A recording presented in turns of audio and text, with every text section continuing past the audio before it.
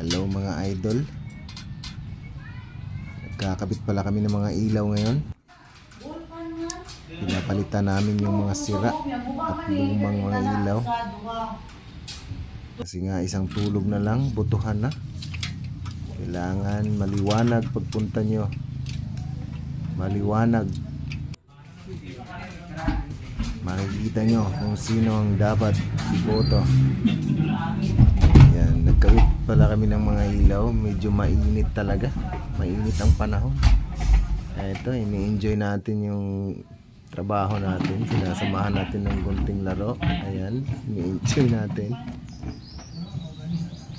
Kaya kayo naman mga idol, isang tulog na lang. Sana galingan nyo. Iboto nyo kung sino yung karapat dapat, kung sino yung nasa puso nyo. Galingan nyo mga idol. Ika nga, vote wisely para sa ating kinabukasan. Maraming salamat.